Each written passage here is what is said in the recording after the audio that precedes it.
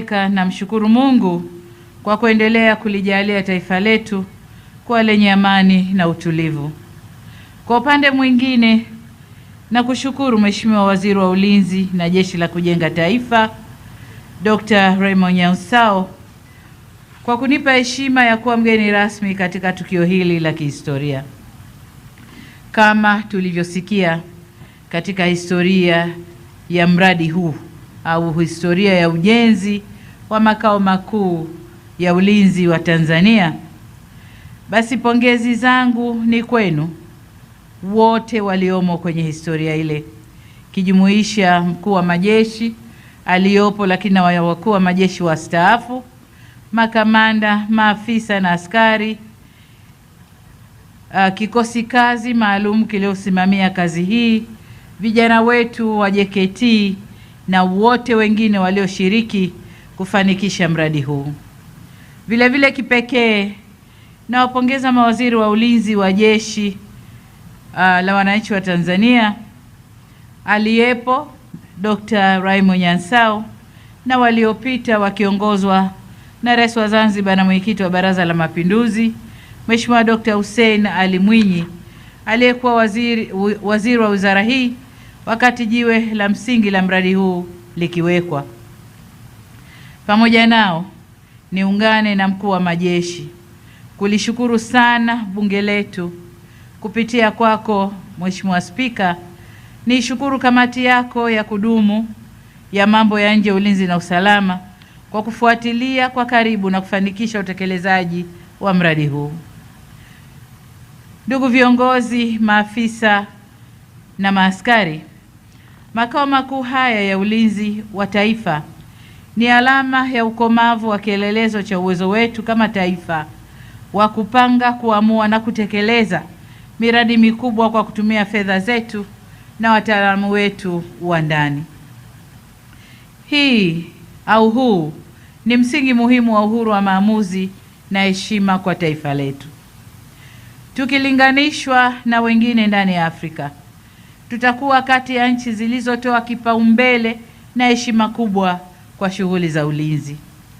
Majengo haya yasitupe fahari tu kuwa nayo.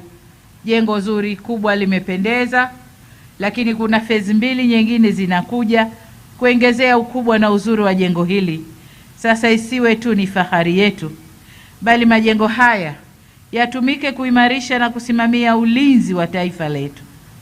Yatumike kama kituo cha fikra, uchambuzi wa kitaalamu na uratibu wa kisayansi wa mikakati na shughuli za ulinzi zinazoendana na wakati tulionao, pamoja na majukumu mengine ya ulinzi wa taifa letu.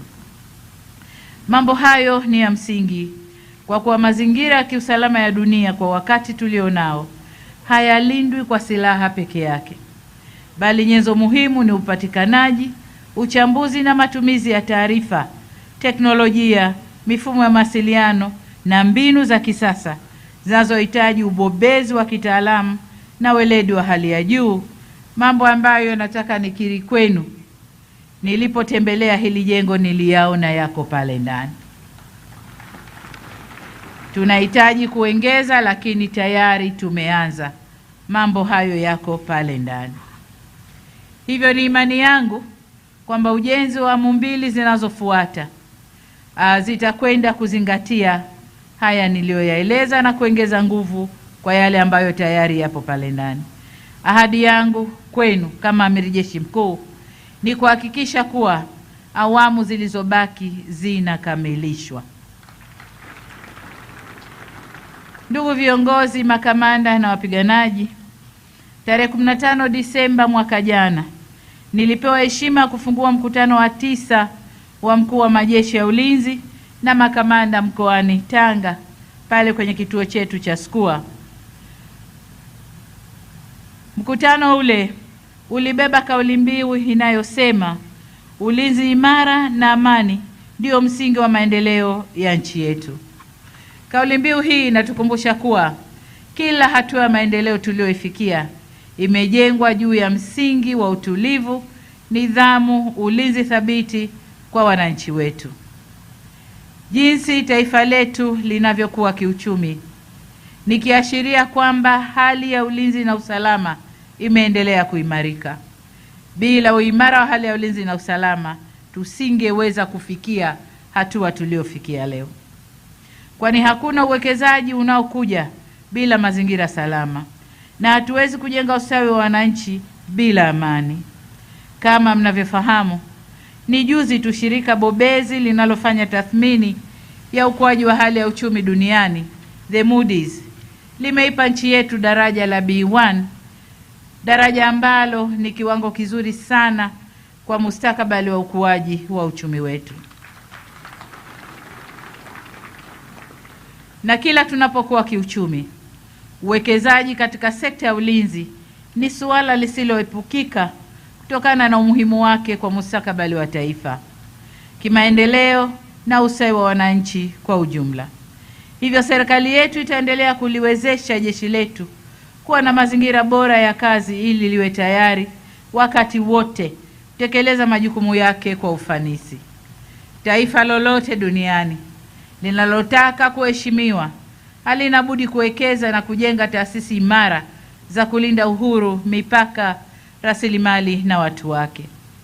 Ndugu viongozi, makamanda na wapiganaji, kabla sijahitimisha hotuba yangu, nipende kusisitiza tena kuwa majengo haya mapya ni nyenzo tu ya kutekeleza majukumu yetu, lakini nguvu ya jeshi haitokani na majengo wala vifaa peke yao.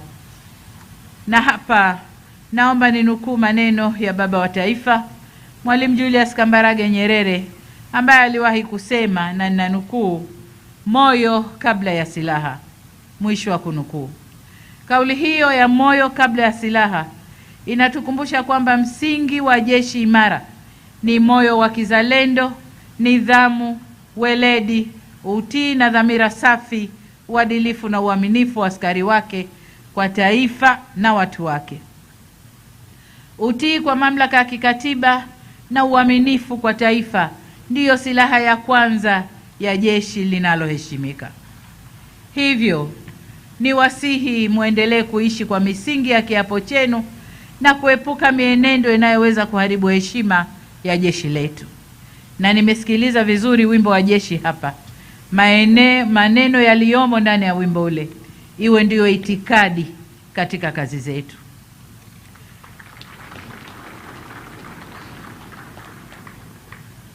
Taifa lina imani nanyi, na imani hiyo ni dhamana kubwa mliopewa na Watanzania.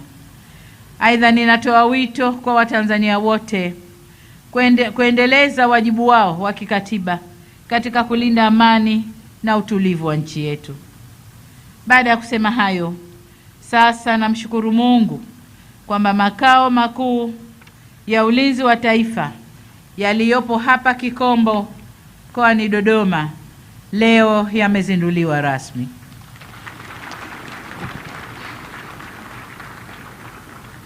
Hongereni sana, na tumuombe Mwenyezi Mungu aibariki nchi yetu Tanzania, alibariki jeshi letu la ulinzi la wananchi wa Tanzania, na asanteni sana kwa kunisikiliza.